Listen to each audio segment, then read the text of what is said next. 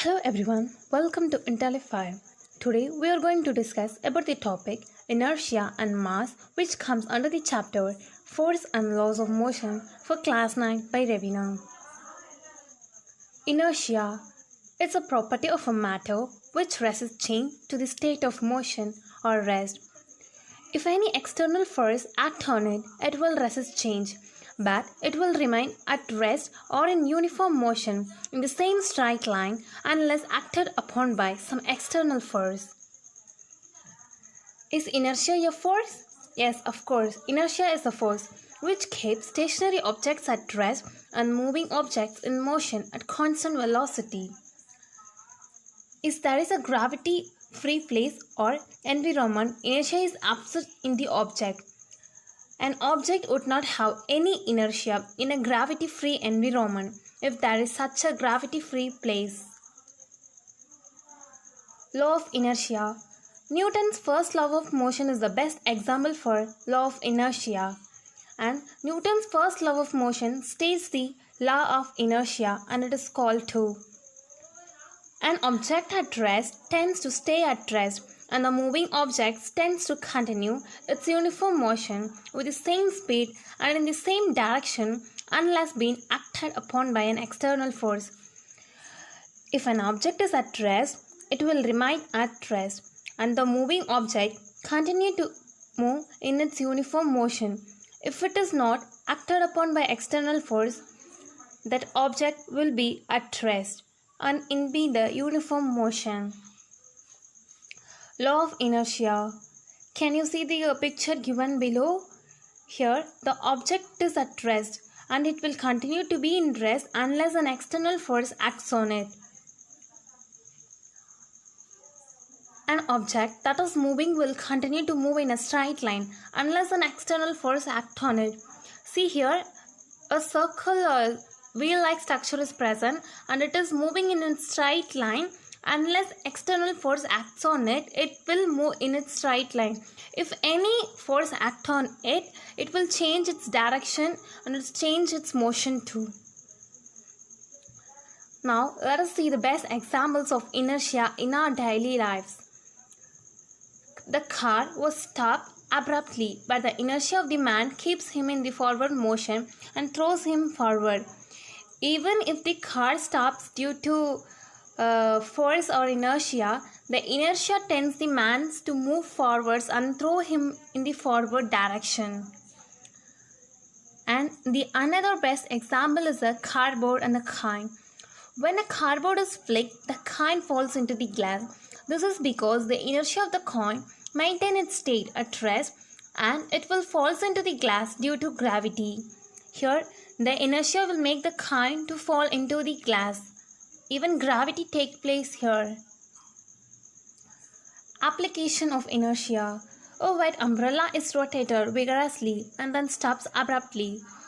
Droplets of water on the umbrella are spun up because its inertia causes them to continue moving even the umbrella has stopped spinning. Even the umbrella, if stops its spinning, the inertia will make the umbrella to spin itself because the water present on the umbrella due to inertia will make the umbrella to spin. So this all is due to the inertia. Mass. Mass is a measure of matter. Even it is a measure of inertia. Mass totally depends on the number and kind of atoms. The mass of the object depends upon the place where it's present. Unit of mass is kg. I think now you can clear the definition of mass. Mass is nothing but it's a measure of a matter or inertia.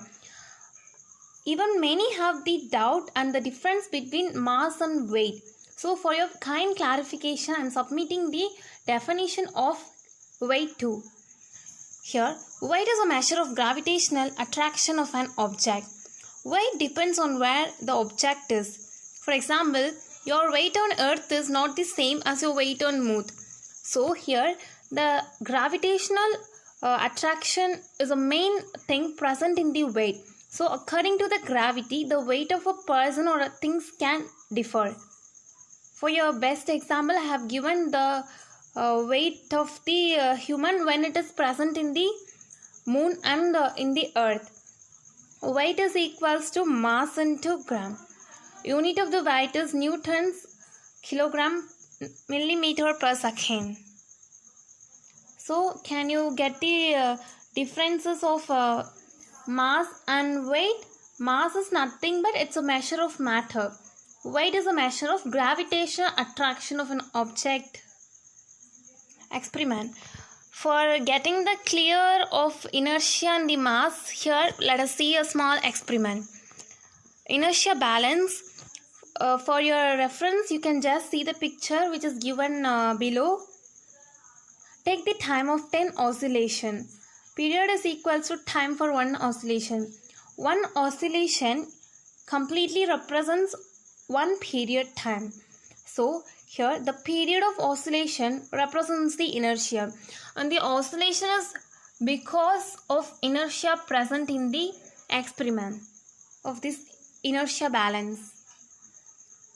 Then one more experiment, a haksha can be used to replace inertia balance. Instead of the inertia balance, you can replace haksha. Place plasticine at the end of the haksha as mass. See, plasticine is nothing but, can you see the black color? That's plasticine. You can place this plasticine at the end of the haksha as mass. Oscillate it. It's all due to the inertia. Then inertia and mass. Now we are moving to our main topic. Inertia is a frequency and a tendency of an object to resist any change in its motion. If any change happens on an object or the object remains at rest, it's all due to inertia. An object will always move in a straight line or in its path unless external force acts on it. An object will continue to move at the same speed in the same direction unless acted upon by an external force. See, traveling in a car is the best example for the inertia and mass. Due to the external force acting on the car, it stops, and the inertia makes the person to move forward even if the car stops. I can take the example as the cardboard and the coin, as I have already explained you. And even though you can take the hammer, it's the best example which we came upon all our small ages. We used to learn this hammer. Then sumo wrestling, even it's because of inertia. It's best example for inertia. Then inertia and mass. If you took a bowling ball and rolled it down the street, it would eventually come to a stop.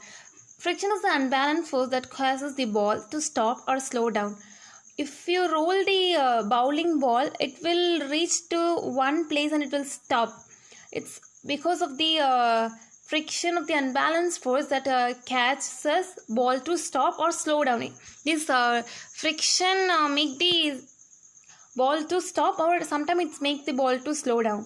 Without friction, the ball would keep going. Yeah, if you just roll a ball and you see, it won't stop by itself. The friction is the reason of the ball and it makes the ball to stop. If the friction is not happen in the ball just flows in the direction which is going on. So without friction, the ball or a thing which cannot able to stop by itself. Okay, here I am asking you a question. Can you answer this? Does the bowling ball and a tennis ball have the same inertia? Why not? Can you guess this? Okay, I think many have guessed the answer for this question. Okay, now I am telling my answer, which is correct. Mass is the amount of matter in an object. A bowling ball has more mass than a tennis ball. The greater the mass of an object, the greater its inertia. Mass is the measurement of inertia. See here, if the mass of an object is greater, its inertia is also greater. So bowling ball have a greater mass than a tennis ball. So bowling ball have more inertia comparing to the tennis ball. For example, you can take a wheel of a tractor and a wheel of a cycle, which have more inertia. Wheel of a tractor have more inertia because its mass is very high. Then I would like to tell you one more example, and even it's an application of inertia. You can take the hammer as an example. The head of a hammer can be slotted into a hammer by knocking the bottom of the handle downwards on a hard surface. This all happen due to inertia. This makes the upper part of the wooden handle slot deeper into the hammer head. So, like this ball, a tennis ball and a bowling ball, you can take a hammer and many things as an example. So, thank you guys.